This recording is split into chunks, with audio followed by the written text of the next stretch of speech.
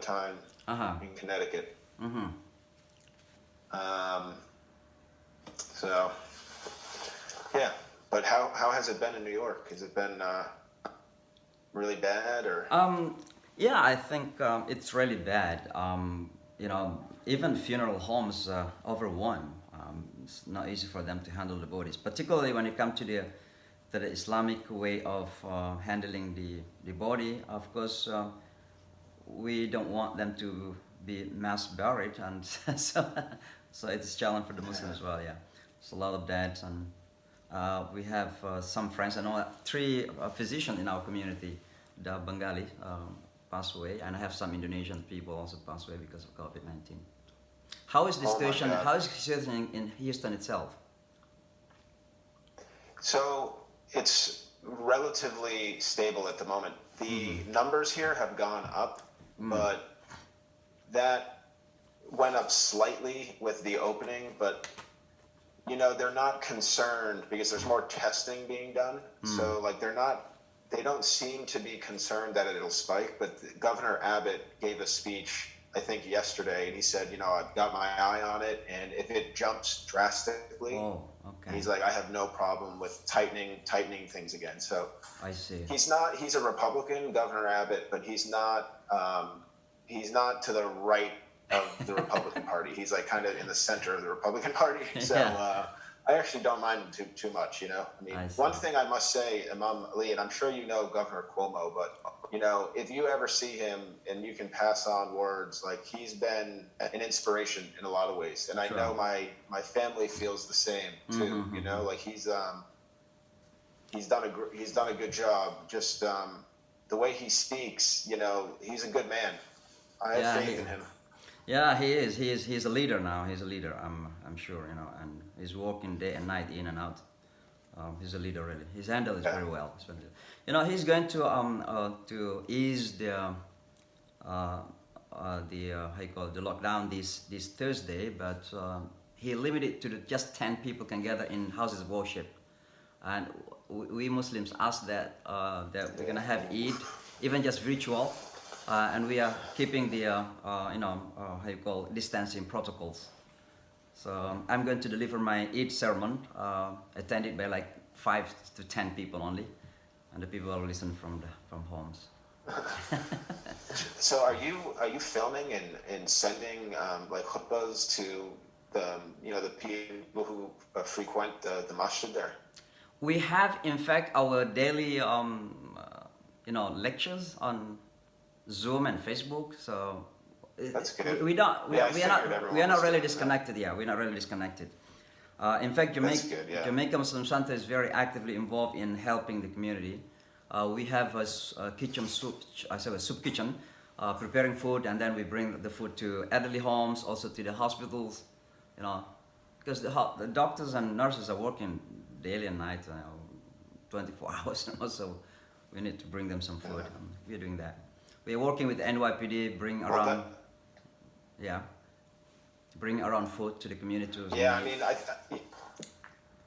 it was interesting that you said that we're still connected because I do think in the last 3-4 months, I think human beings have been a bit more creative on how to connect. Like something like Zoom, I was aware of something like Zoom before this happened, but there's a lot of creativity coming out, and like people are still connecting, and I think when this COVID thing is all said and done, I do think we'll look back on it and say, it was a challenge, but good things came out of it. I think. I hope that we can get to that place. Yeah, that's true. That's true. But it affects our life, by the way. But our teaching, and I think Christianity, Judaism, and Islam, all these religious teaching teach us to always grab some wisdoms, try to find some lessons behind this. And Exactly. I think all of us learning something from it. One of the most important things to learn is about what does it mean to be interconnected. No one can live by itself without the others. You see, this virus began in Wuhan, went all over, into the United States, being as the superpower country, can handle it. And while we have this president who want to do by himself, try to in the name of America first, and tried to disconnect himself from all other nations. But I think he's learning. He's learning, and we will see what happens in this coming election. Well, it's to put on my critical hat. I do think we should have had better leadership from the top, for sure. With the capabilities that we are blessed and privileged as citizens of this country, we should have been better. Like we're leading the world in a lot of categories that you don't want to lead in at the moment, and it's a humbling experience too. It's there's been these challenges throughout the history of this country. There's been a lot of linkages back to the Great Depression lately. But my grandparents lived through that. And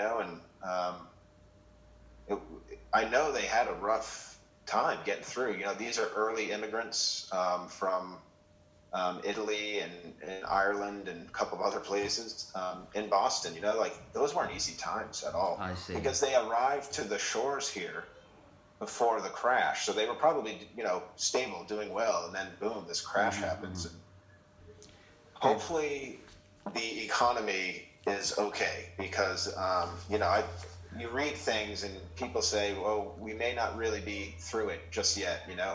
We may not be over COVID, and it's gonna be a while, I think, before we're really kind of getting the total impact, an idea of that total impact. Sure. Okay, by the way, we will begin in around 3 minutes, 3, 4, 5. Let's say 3, 5 minutes. We had more than 40 people on Zoom now, and awesome. And on Facebook we have quite a lot. Awesome. Yeah. So yeah, I'm so glad we had the chance to do this, because I know the previous email I got, I believe it's from the president of the university, and was that your friend who kind of mentioned my name, and I couldn't do it. Yeah, I couldn't do the. I had some things recently with the Aga Khan Museum, and I had a long podcast with a scholar. He's like a visiting scholar at Yale, Abdur Rahman, and I think he has a last name, but it's a really, Aga Khan, I must say, Imam Ali, like I have to do my homework on that movement. But from what I've heard, it seems like they're pretty progressive. They care about pluralism. They care about these things, and I think that's good. That's admirable. All right. So thank you. Let me also thank you, Imam Ali, for endorsing my book. Oh yeah, thank you. It's already published? So it's the COVID situation has impacted it. It was supposed to come out May 2nd, and then my friend Hakan, who is of Blue Dome Press, the publisher, he said we're just going to do it in like January. And I said I'm fine with that because I can't do book talks now anyways. But something happened with Amazon because the thing was already submitted, and now Amazon says it's going to be shipping them out in early June, on June 2nd. So we'll see. I mean, the book is done, so that's I'm thankful for that. But yes, I'd like to just say thank you so much. I read your words again yesterday when I shared the flyer. Thanks. I saw that. They struck me, so thank you. Thank you. I saw that, and I recommended your name to the university. That is the largest state Islamic university in Jakarta. Wow. Yeah. So the president is Dr. Amani, who happened to be a very close friend as well, and the deputy president also graduated from university in Toronto. I forgot that, in Canada. McGill? Yeah, McGill. Yeah, McGill University. McGill. That's a good school, yeah. We are also friends, so I really recommended your names with some other religious leaders here, from a rabbi, and then there's a Hindu leader. So it was good. I took participation. I participated. I spoke as well. That's good. That's amazing. Yeah. I was reflecting when I was, reading your review and your endorsement, and just thinking about some of the interactions we've had, and it brought me back to Christ Church, which was just an extraordinary, obviously tragic, but it was still an extraordinary time. Mm-hmm. You know, the timing of that, it was just a really powerful time. And I remember the press conference that was held outside the center. Yes. And that was a powerful, Thank you. really well done. It had the right message, and Exactly. that was just that was a wild weekend. There was Sure. a lot of stuff happening in the world. And I remember I came back to Rice, you know, after that weekend, and we had to have a vigil. Wow. For the victims of of the Christ Church, and I decided to read the names of the people who passed, and that was not easy to do. You know, when you just humanize someone and you start hearing about them being a dad and a sibling or a loved one.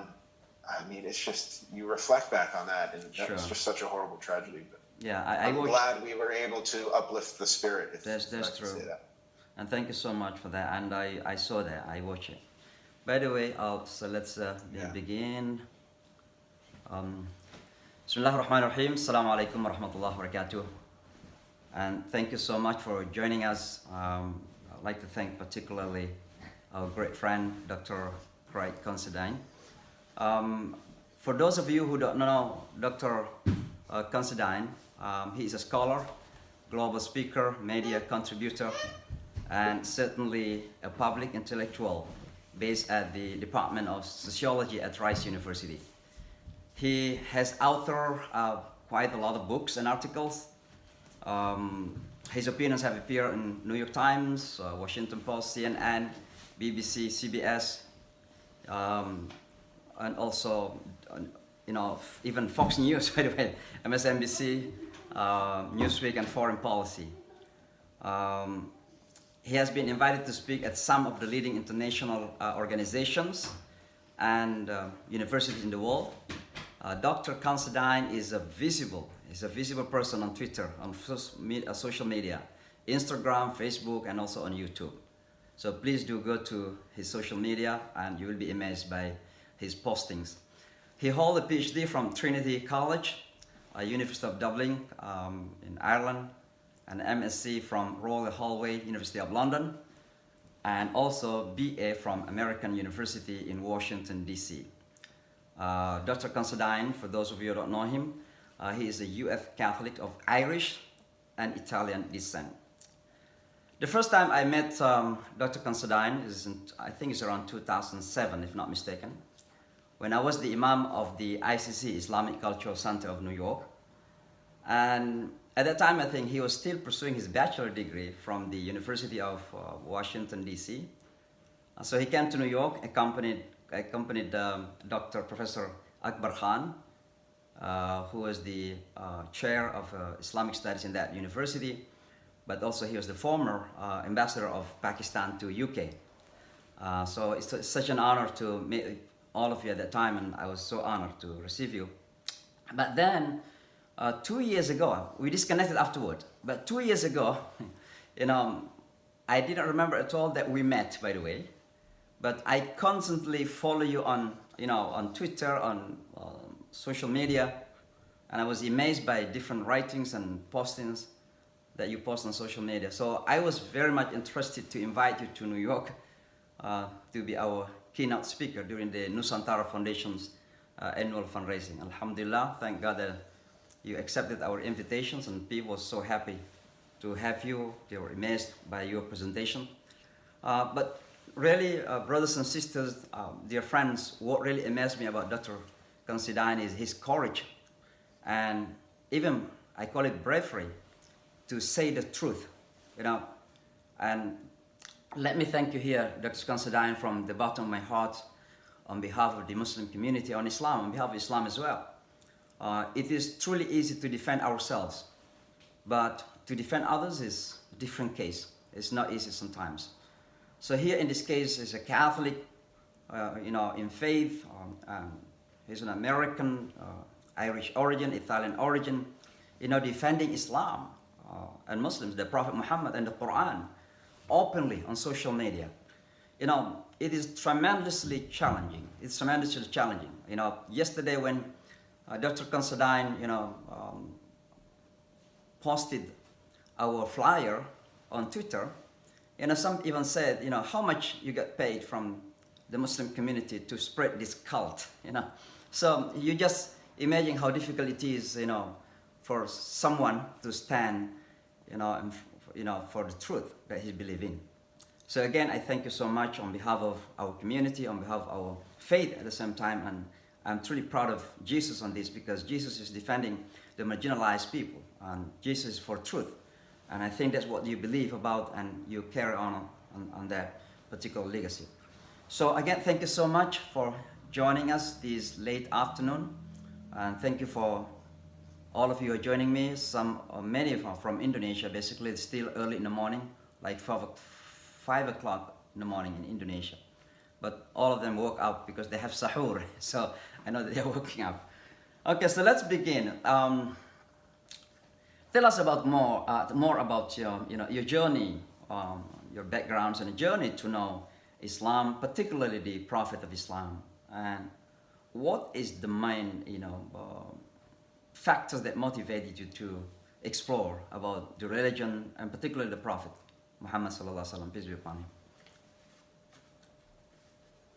Well, Imam Ali, let me first send all of those warm greetings and general warmth that you send my way right back to you. Thank you so much. It's always really an honor for me to spend time with you, to learn from you, because you are someone that, as you mentioned, that I've known for a long time. And it's amazing how friendships can blossom at random times. So thank you for having me. Thank you for all who are tuning in, especially those in the early morning in Indonesia.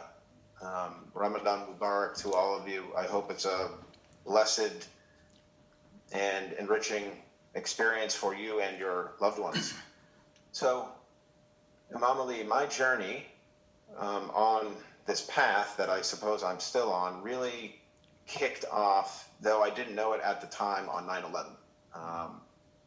When that happened, I was 16. And growing up in Boston with absolutely no context to make sense of what happened on that day. Never met a Muslim in my life. Didn't know anything really about Islam. And when it came time to make some big decisions in my life, like what I was going to study in college, for example, I wanted to immerse myself in the events of the day. So this was 2003 now, 2004. 2003, the invasion of Iraq happened. 2 years before that, the invasion of Afghanistan happened. And there were other kind of hotspots. And I wanted to kind of get into like the political sphere of that world. And at American University in DC, I had to take a language class, so I chose Arabic, and I was taking all of these kind of cultural classes, political classes that dealt with the clash of civilizations. Essentially, that's what it was. And I, to this day, am so thankful that I signed up for Professor Ahmed's World of Islam class. And I must say, I don't remember the first day I walked into his classroom, but I can tell you I really didn't know much of anything about Islam. And he was just so impressive in so many ways as a leader, as a professional, as a human, and I really admired him. And I rolled with him in a way, like I.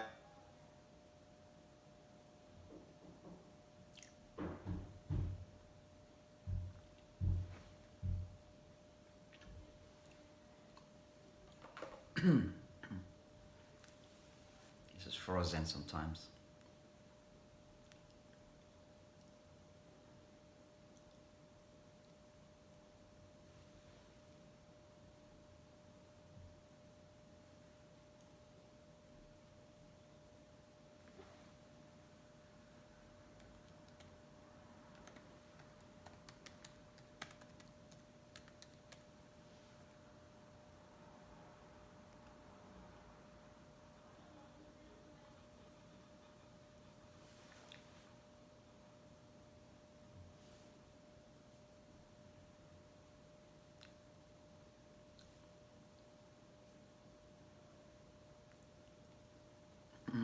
Kelihatannya frozen ya. Dia keluar dulu baru masuk kelihatannya.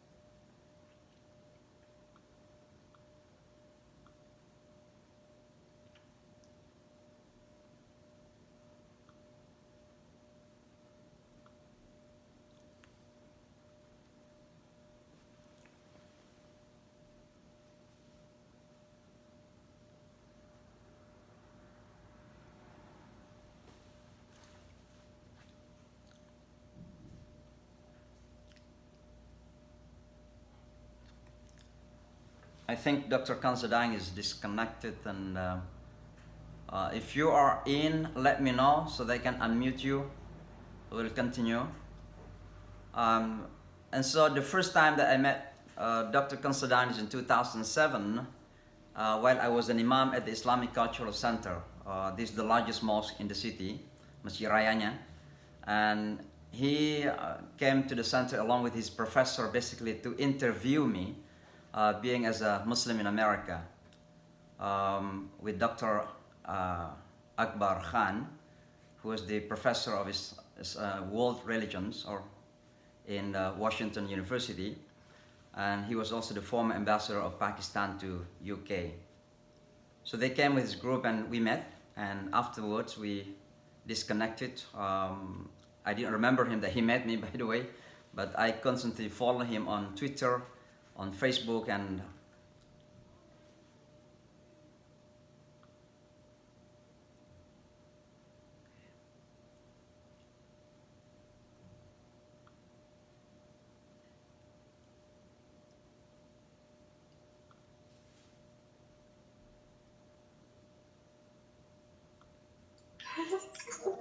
okay, Dr. Considine, let me unmute. Let me mute all. Assalamualaikum, Pak. Okay, Dr. Considine, you can unmute yourself.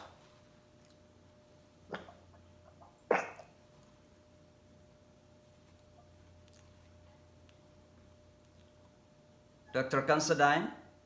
Tadi bergabung terus keluar lagi sepertinya, Imam. Okay. Okay, you can unmute yourself, Dr. Considine. Yeah. Okay, can you hear me? Yes. Okay, sorry about that. It Sure. just dropped. So let me get right back to what I was speaking of. I was at Professor Ahmed, and I had the privilege of spending so much time with him and traveling with him and learning with him, and really that was an experience not just about Islam or Christian-Muslim relations. It was a appreciation and value for knowledge and learning, and not just the type of learning that happens in an academic setting. It's a learning that happens through engagement with humanity, essentially. And from there, my eyes were wide open, and as I learned more about the Islamic tradition, and I think the more I went up in terms of programs, going for a master's and a PhD, at an intellectual side, I was fascinated by comparing faith traditions and learning about Islamic history and the life of Muhammad. And then I think when I was around 25 to 26, maybe a little later than that, it started becoming a bit more of like a spiritual religious journey, because I was living in Dublin, and the Christian scene there, if I could call it that, is much different than it is here. I see. And living in Ireland provided me the opportunity to learn about the land in which my ancestors came from. And if you know kind of Christian history, it's a fascinating history in Ireland. I mean, the land of saints and scholars. Yes. It's that fascinated me. So, there's a lot of different elements to this this journey, really, and we're all on a journey. Mine is different in some ways and alike in others. But It's been about knowledge of humanity, of faith, of bridge building, of course. And I've been blessed, I'll say that, to just have good teachers and have loving people around me that allow me to be the best person I can be. So I'm just thankful. Wonderful, wonderful. And now, reading about the Prophet Muhammad, peace be upon him, certainly you know that we Muslims consider him as our role model. And now, after exploring his life, reading his history, we call it Sirah in Arabic language. How do you find him, and do you have that kind of sentiments that he is really a role model for us?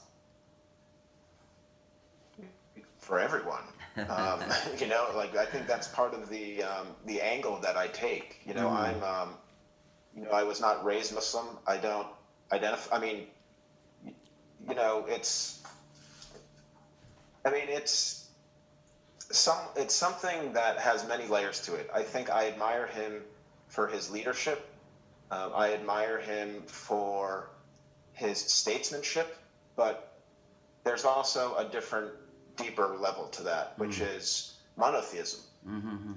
Muhammad was I would consider him a strict monotheist, as I believe the prophets before him were too. And when I dig deeper and deeper into his life, I see the early church kind of representing something that Muhammad was also preaching and teaching. So you start seeing yourself in history, and you start making parallels or bridges between religions or civilizations, and that's enriching when you can create that intellectual connection. It's something that's pretty special.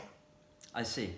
And let me jump to that particular point. You talk about theology, and when we come to the interfaith discussions or interfaith dialogue, oftentimes people try to avoid that discussion because there's no doubt that we have, fundamental differences in different religious traditions. And as you know, that Islam criticizes or even rejects, if I use this word, some theological concept of Christianity. And in this regard, how do you see that? How do you reconcile that? Well, I think with a question like this, we need to kind of break it down into the elements. So when we talk about something like Christian faith or Christian doctrine, that kind of suggests that this is one concrete thing that is adhered to by all Christians around the world in the same way. When I started digging into the type of Christians that Muhammad was potentially interacting with, because I think that's a really important subject, I had to go back into Christian history to understand who these groups were and how they came to their conclusions regarding Christology, the nature of Christ. Yes. So, Imam Ali, the further you go back, the closer it gets to Muhammad. Oh.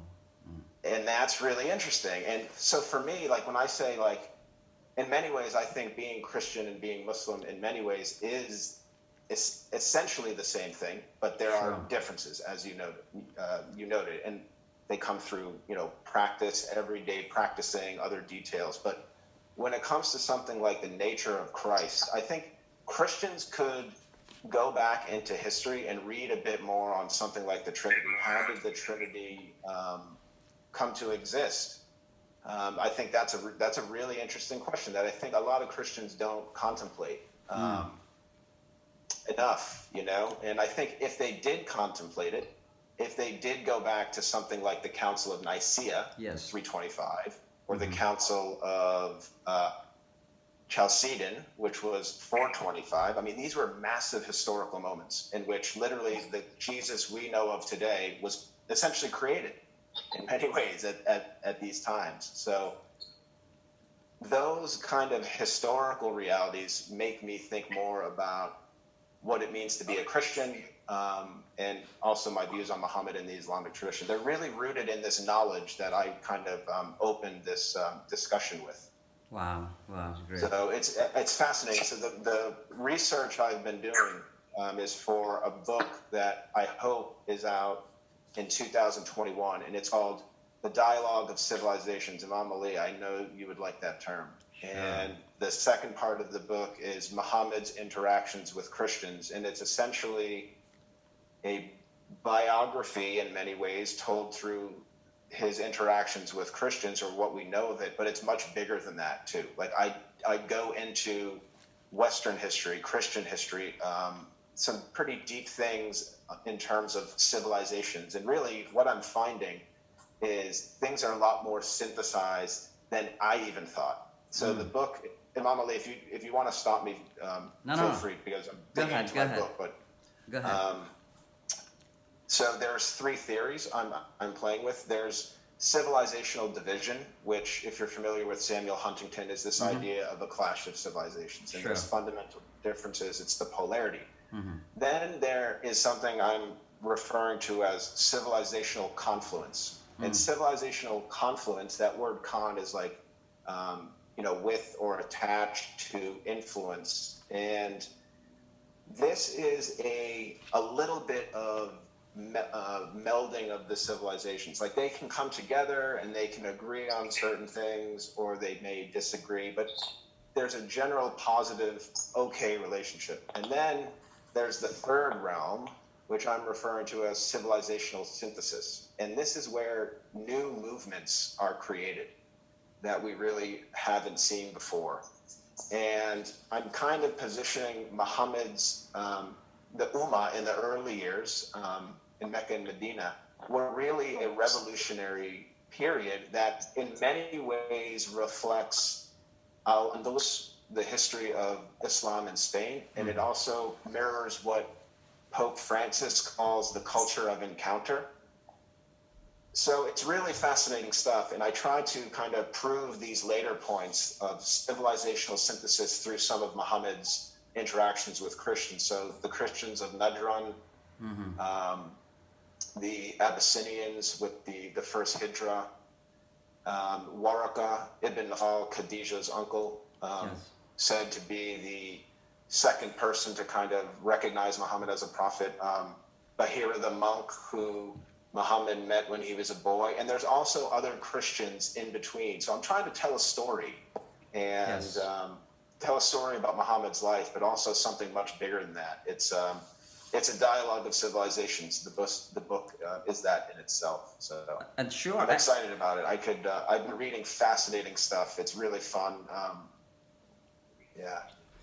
Looking forward to reading that book. But It's exciting. I do really love the term dialogue of civilizations and not clash of civilizations, because I do believe that no matter how the fundamental difference that we have more commonalities that we can connect. Okay, but don't forget about the first migration of the Muslims to Abyssinia, and they were received very well by the king of Abyssinia at that time. And I think this is the first ever contact in terms of communal contact between the two communities. We're talking about Waraqah bin Nawfal. That's a long time before he was appointed a prophet. And then we talk about the delegation of Najran, who came to Medina, and they were received well by the Prophet Muhammad. Even they were offered to pray inside the masjid at the time. But one of the most interesting story about Christian-Muslim relation is about when the Muslims migrated, the first migration to Najran, to Abyssinia. And in fact, when the king of that nation died, the Prophet prayed for him in Medina. It's called Salatul Ghaib. We pray while, and we call it Salatul Ghaib, by the way, in English, in Islam. As the Prophet prayed for him because he died, without being attended by the Prophet and the Muslims. But he was certainly loved by the Prophet because the way he received the Muslim delegation at that time. So I hope you can include that in your book too. Now, coming to some other issues here, I know on some of your postings basically talk openly about defending Palestine, and the right of Palestine statehood.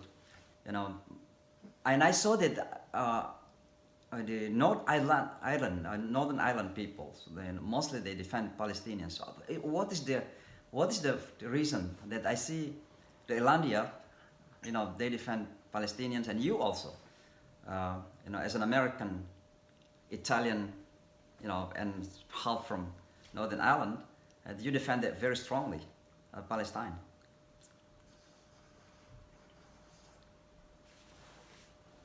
Yeah, this is something that I'm also passionate about because I've learned about similarities throughout history. So when we talk about the history of Ireland, we talk about some major themes, including settler colonialism, racialization of entire groups of people, religious fundamentalism,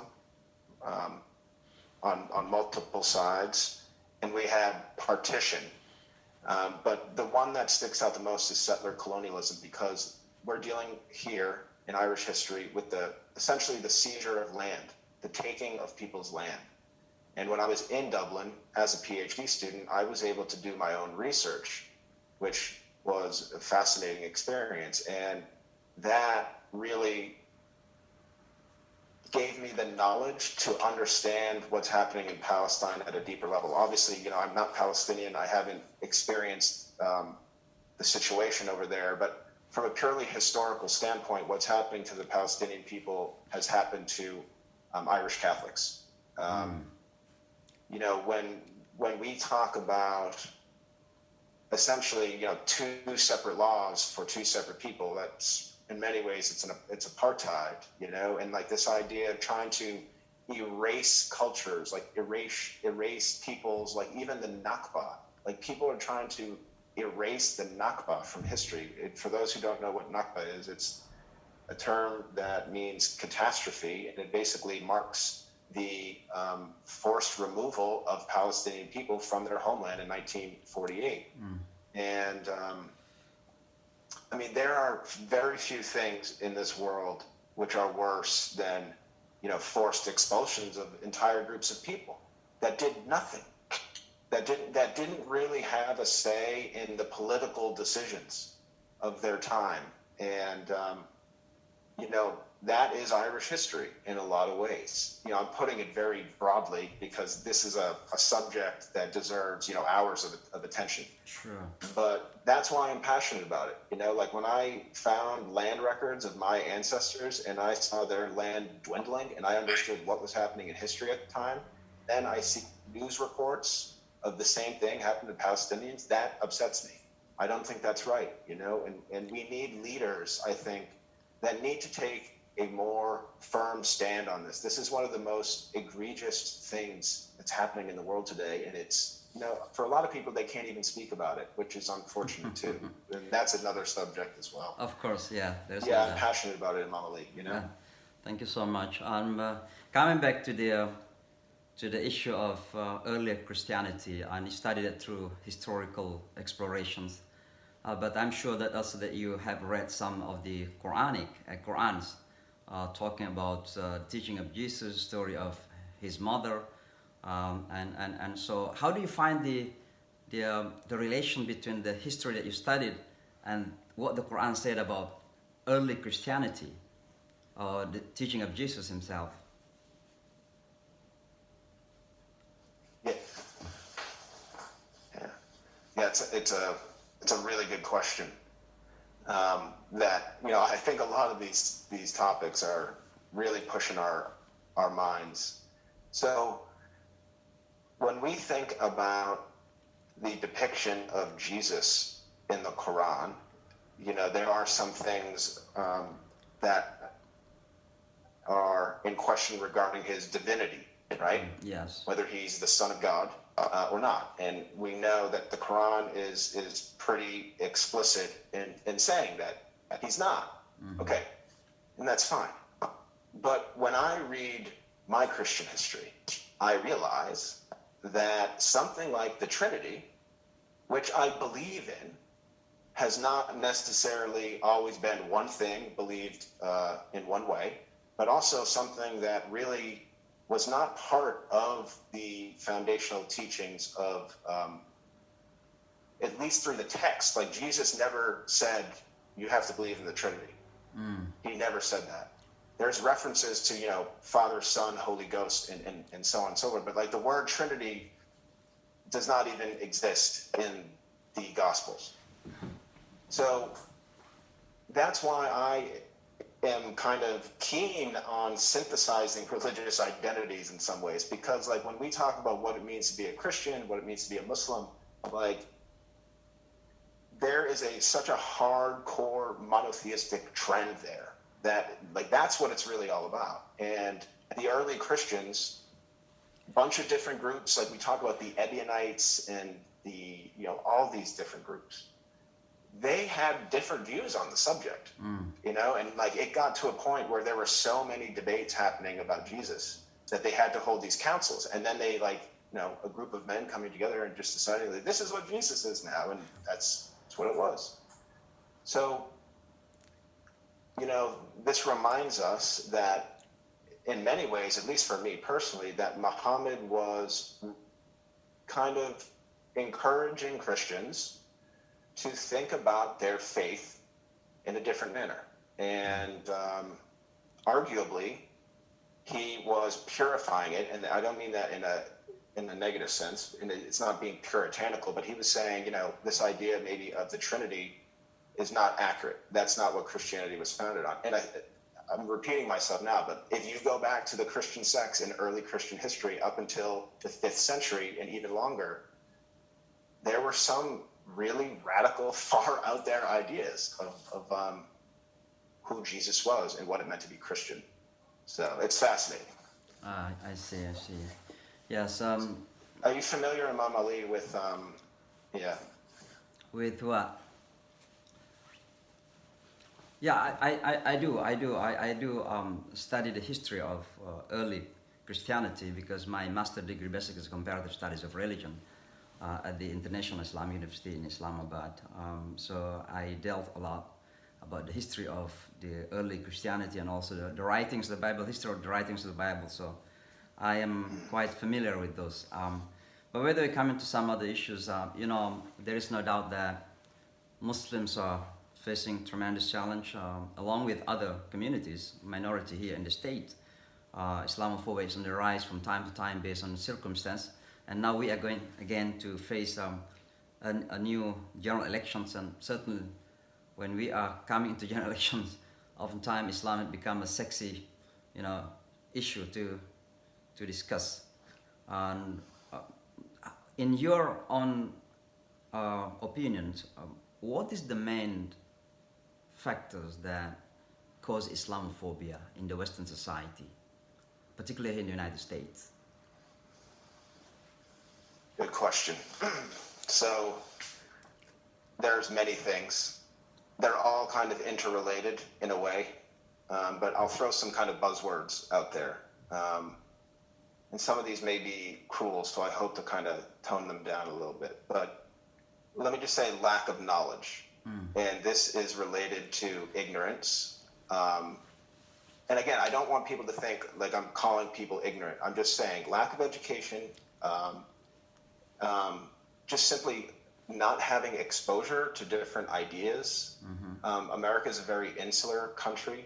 And I think when people don't want to kind of grow and learn more, they become defensive, and that ultimately leads to fear.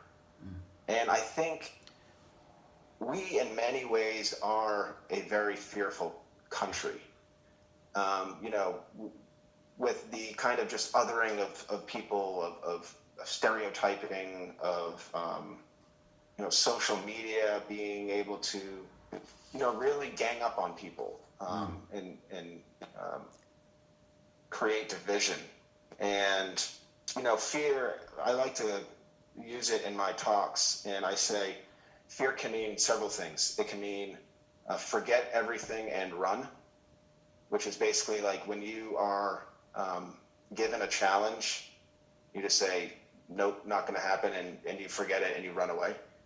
Fear can also mean false evidence appearing real, which is like people kind of being brainwashed, given the wrong information, not having the proper knowledge. But the one that I like to use is face everything and rise.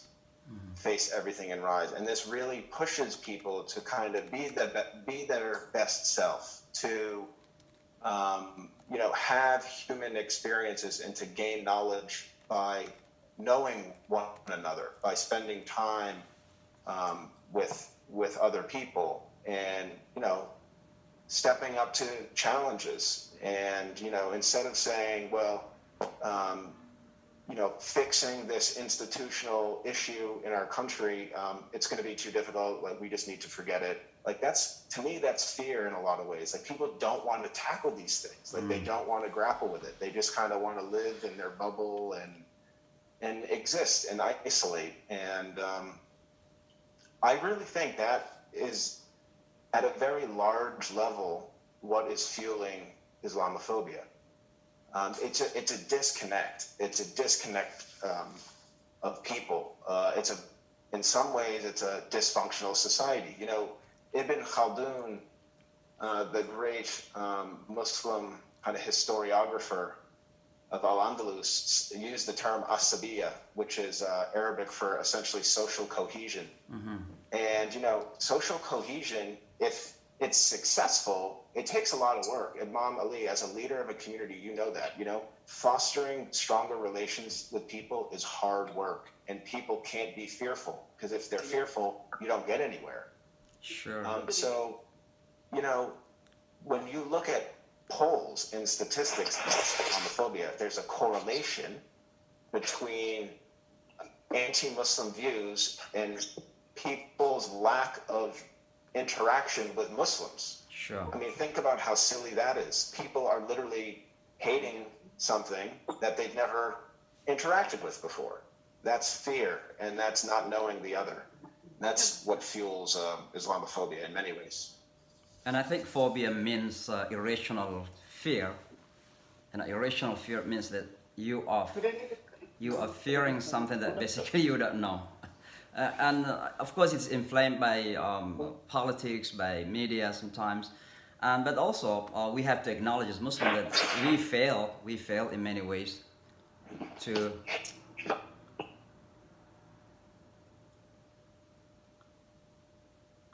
represent. Sorry, I unmute again, Dr. Considine. So ibu yang masuk, jangan di unmute dirinya. Ini ibu yang masuk. Dr. Considine.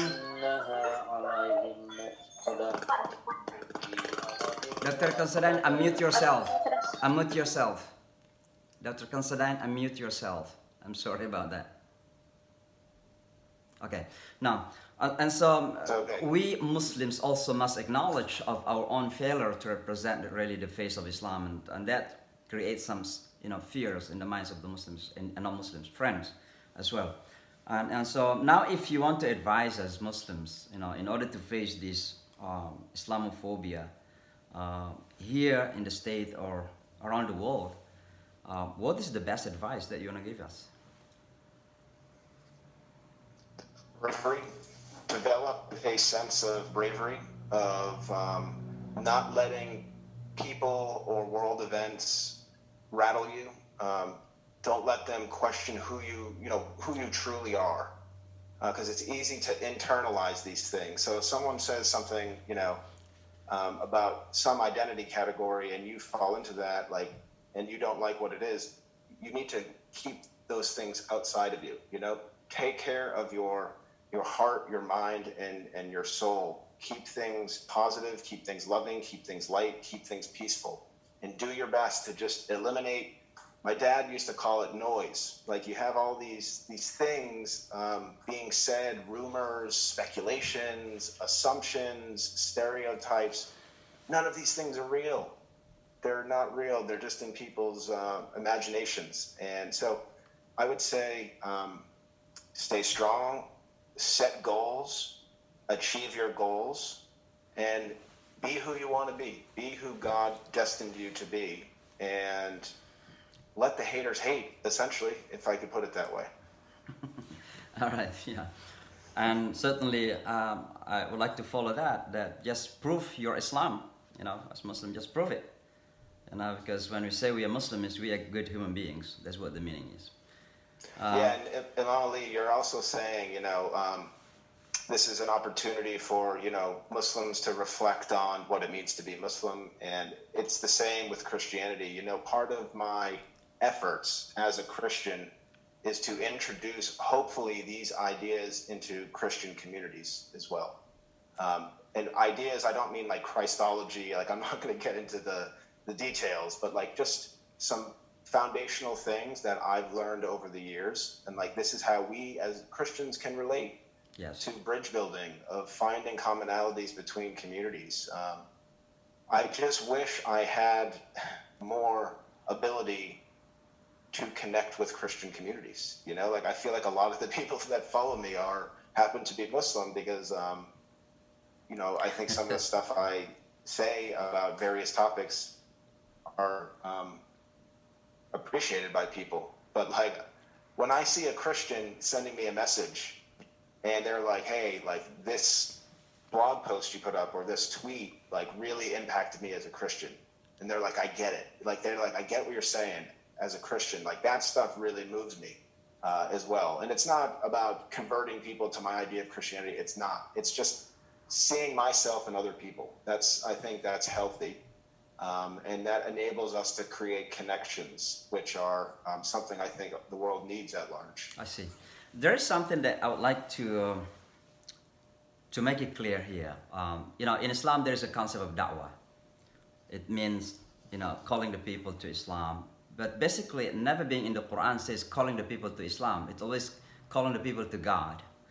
And for me, looking into your stand on Islam, basically you are on that direction, going to that direction. And it's nothing wrong when someone call you a Muslim Christian or Christian Muslim. So basically you do believe in Islam. You do believe in the Prophet, you do believe in the Quran. So that's what I feel, because you're posting your ideas, your opinions, is all in line with the teaching of Islam. And then you talk about the early Christianity that is confirmed and affirmed by the Quran and the prophets. And that's what Islam basically wants from our Christian friends, to come back to that original teaching of Jesus. And that's what Prophet Muhammad wanted our Christian people, Christian brothers and sisters, that in terms of theology, nothing else that we want but come back to the teaching of Jesus, the original teaching of Jesus. So and that's what da'wah in Islam. Islam is not to convert people, but to call the people to the way of Allah, to the same platform. It's called in the Quran, come to the same common ground. Ta'alu ila kalimatin sawa. The kalimat sawa means that we have a common ground. And our common ground is, theologically speaking, Allah na'budu illallah, that we worship none but one God. And that is the earliest teaching of Christianity. And that's your stand, that's your belief. So in this regard, basically, you're Muslim in that particular thing, even you don't declare it, but that's what you are. You are Muslim in this sense. So thank you so much. I would say, Imam Ali, if I could just add something. I mean, when people, ask me, they're like, "Are you Muslim?" I mean, what I really want to say is, well, how do you define Muslim? I mean, how do you define it? Mm-hmm. I think that's an important question, I mean, because the way you just explained it, like, I agree with what you just said. And I have no problem with you calling me that either. I'm like, I'm okay with that because I agree with it. And for me, it just reminds us that, these terms, these experiences as Christians and Muslims, they can just blend. And what does it blend to? Imam Ali, arguably, that's the monotheism. This strict monotheism with a long tradition. So these are interesting questions. And I would say, and I'll throw it back to you, Imam Ali, like, you would be a Muslim leader that I think is embodying the spirit of Jesus. Thank you. In a remarkable manner.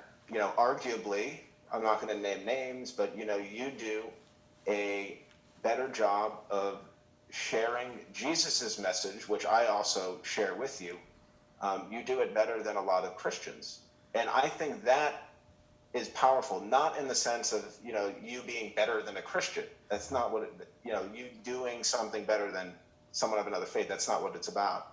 It's just beautiful that you can have your traditions, your way of life. You can be you and still find yourself in other traditions. I mean, that's what it means to be human, right? I mean, that kind of breaks it down, and when we start seeing each other as just human beings who are able to make these connections, or things that transcend our categories, I think, personally. Being caught up on definitions. And I mentioned this earlier, Mama Lee, like even something like the Trinity. Being a Catholic, that was kind of reared into our heads, but I have very unorthodox views on the Trinity. And I don't think it should be a defining feature of what it means to be a Christian. And I think the same types of questions can be used in relation to, Muslim identity. What does it mean to be a Muslim? Is it how you pray? Is it, holy verses that you read every day? What is it? I do think there's a larger spirit that connects the faiths, and that's the space I like to kind of hang out in. I see. Thank you so much, Dr. Considine. We're going to have some questions from the participants. We are going to have like 20-25 minutes possibly. If any of you, you want to ask questions, I think first Ibu Hani, please, I unmute you already. If you want to ask a question. Ibu Hani is from Philadelphia. Oh, nice. Yeah, he's working with the city. Ustaz Samsi Ali, for the opportunity to ask question. Hi, Dr. Considine. Hello, how are you? Following you. I'm doing fantastic. It's a beautiful day, sunny, almost 60 degrees here in Philadelphia. Nice. So I've been following you for many years, and honestly, this is the first time that actually I'm hearing your story that you start having the interesting relationship with Islam as per 9/11, right? So you say you were 16 years old, and I was thinking when I was 16 years old, I was so ignorant. I don't even think about religion, right? I just been young and stupid. So I just wondering what is actually that really changed you at that age, and also I feel like it's really important for our young generation, especially American Muslim, right? Because I have my, Ustad Samsi Ali, he also, and my kids also born in the United States. So I'm so worried that when my kids is 16 years old, like your dad say, all those noises going to blindside them. And instead of tune into what certain thing that they need to learn, they actually turn into something else, right? So what actually triggers you, and whether that triggers you could be duplicated to American youth, Indonesian American youth, basically. That's my question. Thank you. Really appreciate your time. Thank you. I'll do my best to try to answer something that, is such a good question, and it really kind of forces me to kind of dig deep into my own history and to try to figure out, what changed. Because like I said too, when from 16 to 18, there was never a moment where I'm like, Islam, I'm going to study Islam. It just didn't happen. There was never a moment. But I just remember when the towers were falling and classes were shortly thereafter canceled, I was in the hallway, and I remember this like it was yesterday, and people saying, USA, and other things about people in across the world, the alleged terrorists and so on. And I just I reflect back on that, and it makes sense how easy it would be for as you were saying, a younger, ignorant, naive young person to just go with the flow. You're 16, you operate in cliques, in social cliques with people. And, I guess at that point I started a different road somehow. It's hard to pinpoint when it happened, but it was largely centered around politics, big picture wars. And I was like, this can't be good. Like this can't be good. We're invading two countries, you know. And a lot of people were. I'm from Boston. Like it's pretty patriotic, and you know how easy it would have been to fall into that trap. I just didn't do it. And I think my advice to the younger generation today, you have to be careful with narratives that are thrown out there that you hear on social media, buzzwords. You know, for me, Muslims was like a buzzword back in the day. And you need to critically question these things. You know, don't just go with the flow because everyone else is doing it. Try to understand what's happening in the world, do your research, and come to your own conclusions about a certain subject. And just be careful with your mind, you know. Be careful with your mind and your heart, and make sure that you're getting the right words and you're getting the right messages come into you.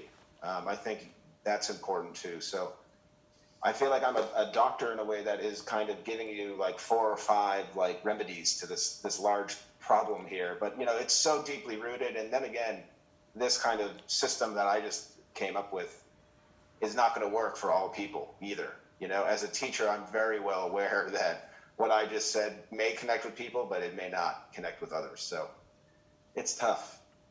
It's especially in social media, the social media era. I didn't have that.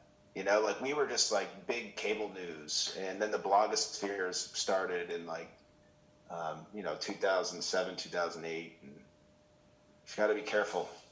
I hate to be a downer about it, but just be careful with what's happening and be critical and ask questions. And I'll end by saying, just be a global citizen. Be a good global citizen. Care for others, even if they're not in your religious, racial, ethnic groups.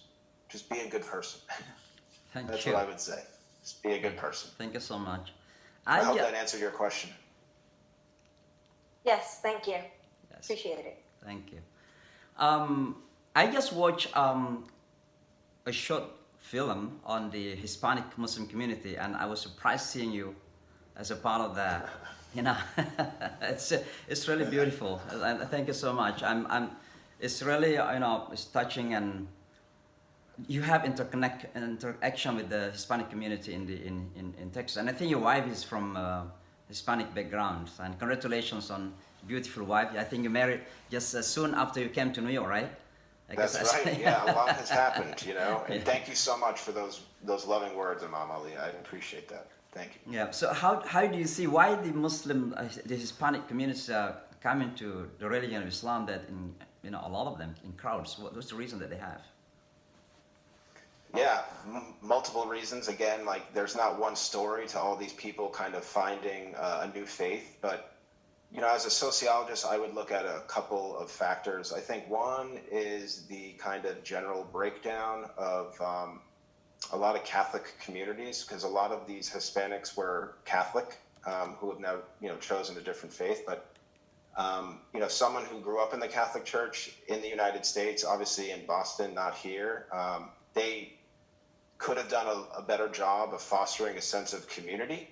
Like it was just like, we're here to learn about the faith and then that's it. Like a very kind of overly secular society. And, I think for a lot of the Latinx people who are kind of making the journey over to Islam, like they kind of went through a similar process that I kind of explained in my own journey. This one of like kind of questioning and, trying to engage with different peoples and trying to figure out what works, because obviously previous religions weren't working for them. And I'm sure a lot of them went into kind of, moments of when they're questioning faith entirely, entirely. And then there's also another angle, which is really interesting, which is kind of young people in this country of Latinx ethnicity or background are starting to understand the history of not only Western civilization, but also of world civilization, and thinking about things like Al-Andalus. I mean, Muslims were in Spain for 700 years. Mm-hmm. Like that, they had a massive, massive impact on obviously Spain, but Christendom, Western civilization. And when it comes for some of these people to make the jump from one faith to another, and they're thinking, well, how do these faiths relate to me? Like, does Judaism relate to me? Does Hinduism relate to me? Maybe they're coming across this connection with Spain, subsequently with La Convivencia, the academic hypothesis that's used for this time, which means living together, coexisting, flourishing together. So there's like an academic angle, and Imam Ali, the community that you reference is Islam and Spanish. And, you know, we're always developing these terms, La Convivencia. How is La Convivencia being reflected in our societies today? You know, the concept is not historically dead. It's just being reborn. And it's being reborn by this community. Oh. So, and one more thing that I think is interesting, and I definitely think I need to connect you with the leadership of Islam and Spanish. I mean, they're a special community, and I really love them. But I do think that some of them grew up in circumstances that could have been a bit better. You know, like a lot of them grew up in parts of Houston or parts of other cities in the country that may have been a bit more rough around the edges. But maybe they're finding their faith, you know, and like Islam is helping them to kind of cleanse themselves, purify themselves, new start type thing.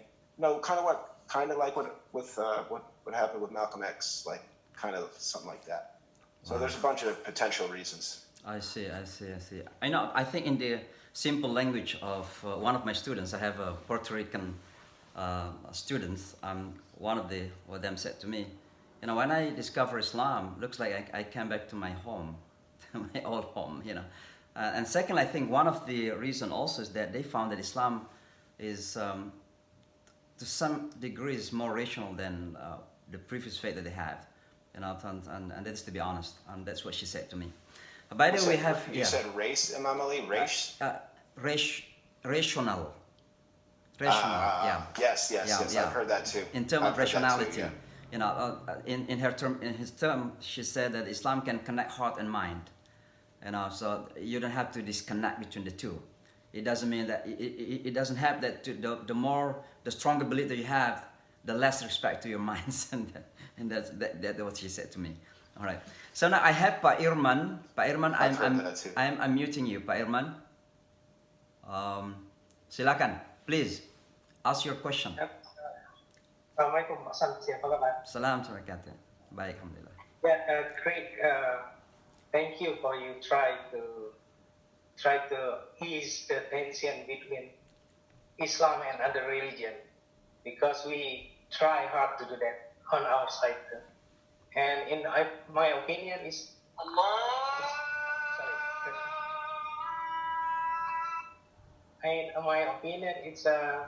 it's about how the family teach their kid about the history of religion.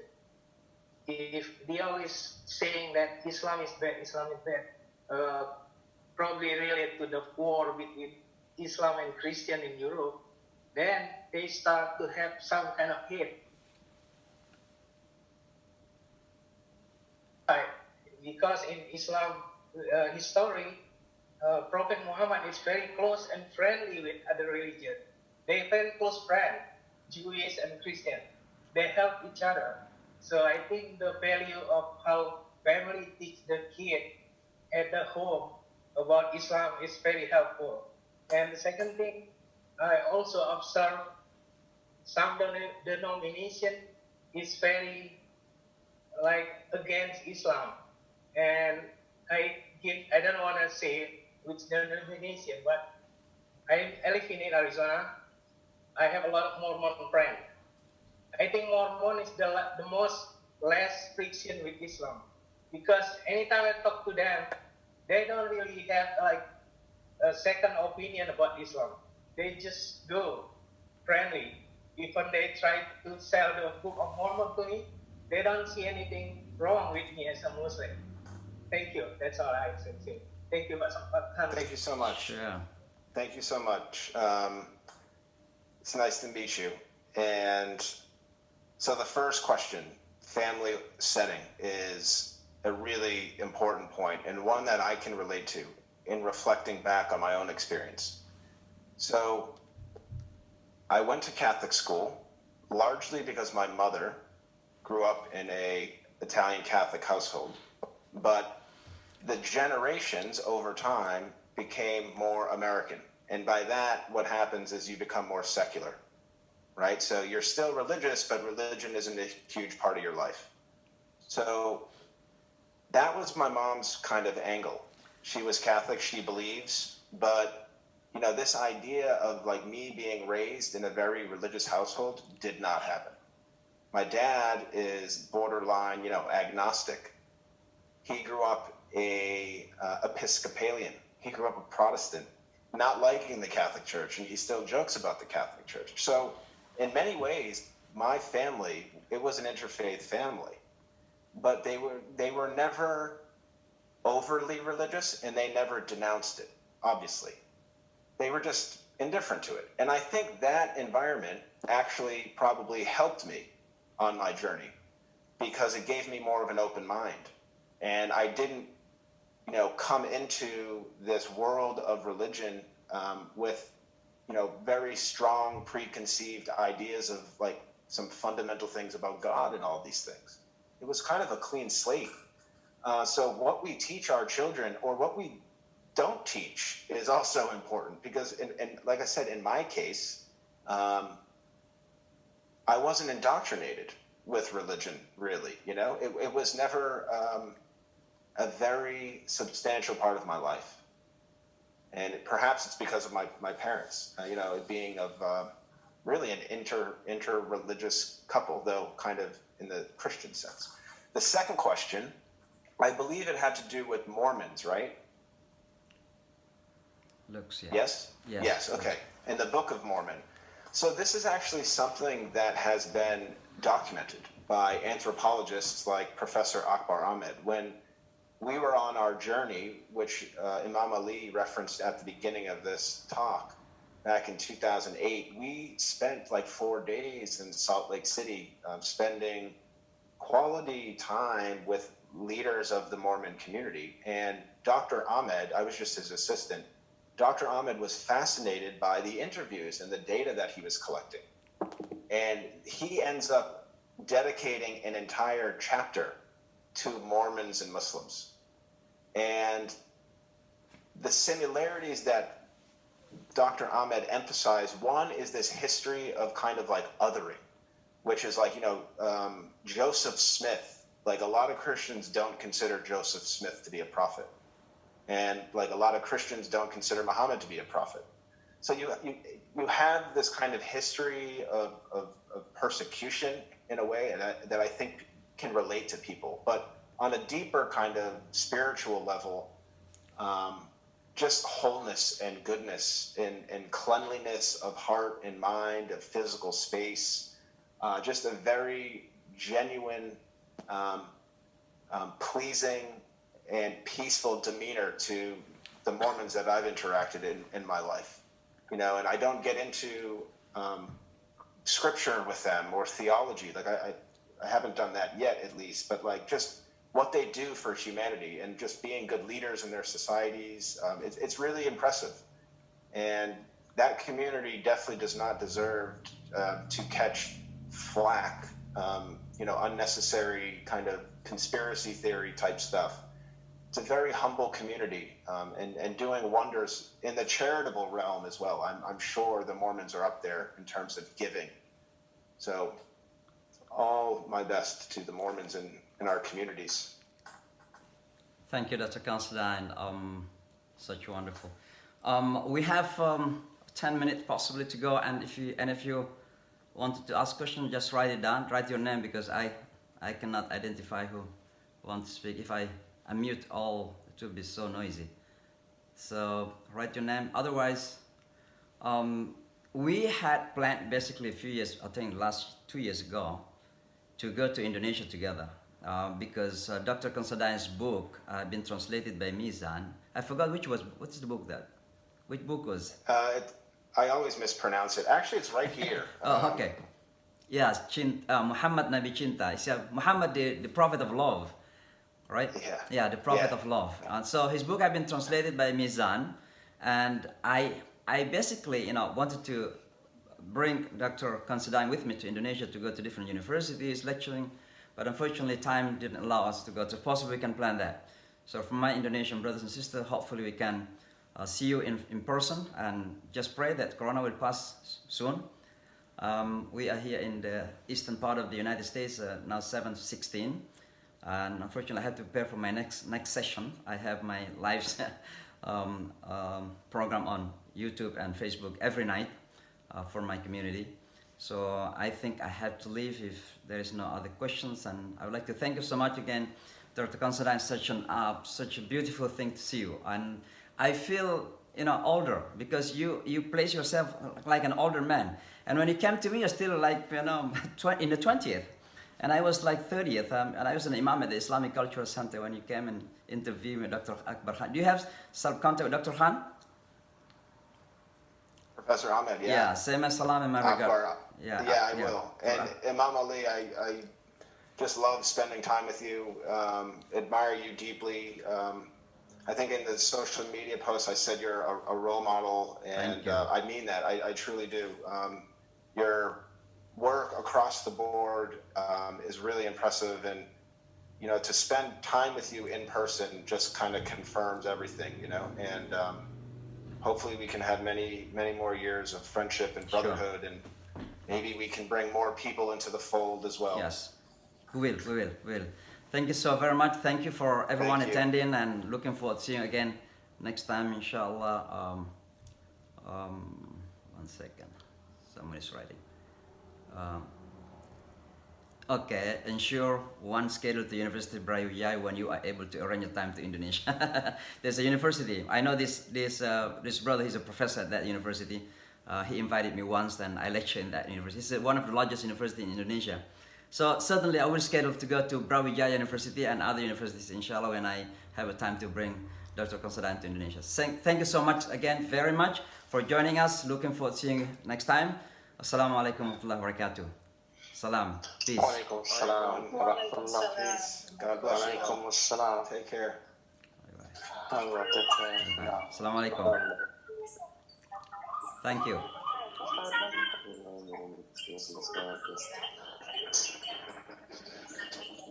Assalamualaikum warahmatullahi. Salam kembali. Jazakumullah khairan. Assalam. Sama-sama, Bu. Salam. Jazakumullah khairan. Assalamualaikum warahmatullahi Salam. Wabarakatuh. wabarakatuh. Ya, Pak Iswandi, terima kasih. Pesantren dia Malela, Imam Syamsiah.